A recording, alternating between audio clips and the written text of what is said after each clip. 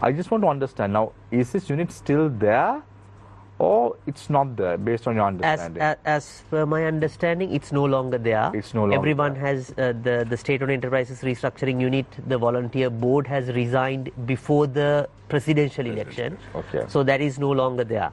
Right. So we also knew at one point Murtaza was also Correct. part of a committee that was advising the government. So he's also no longer. He's not advising the government. He was part of the SOE restructuring Okay, unit. so he's not a there. volunteer, Right. Volunteer position, and he's no longer there. Right. So are you all even aware that whether the government has any plans to restructure SOEs? Because we saw recently the statement that was made by Ranjan Jailar, a trade union activist of the NPP, saying that this is our brothers. Yeah. We can sort it out. Also the CEB. Again the CEB. You know, it's like, what's this happening? You know.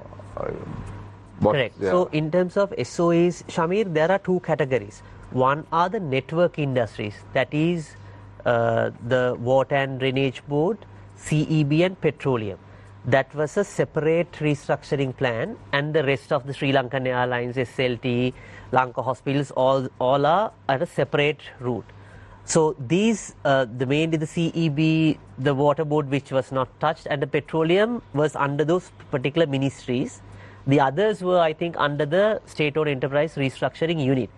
At the moment, we do not know the direction. What we all know is... So we don't know what's happening. We don't know what's happening, but I think it's critical that some level of reform, of course, I advocate for certain SOEs that has to be privatized.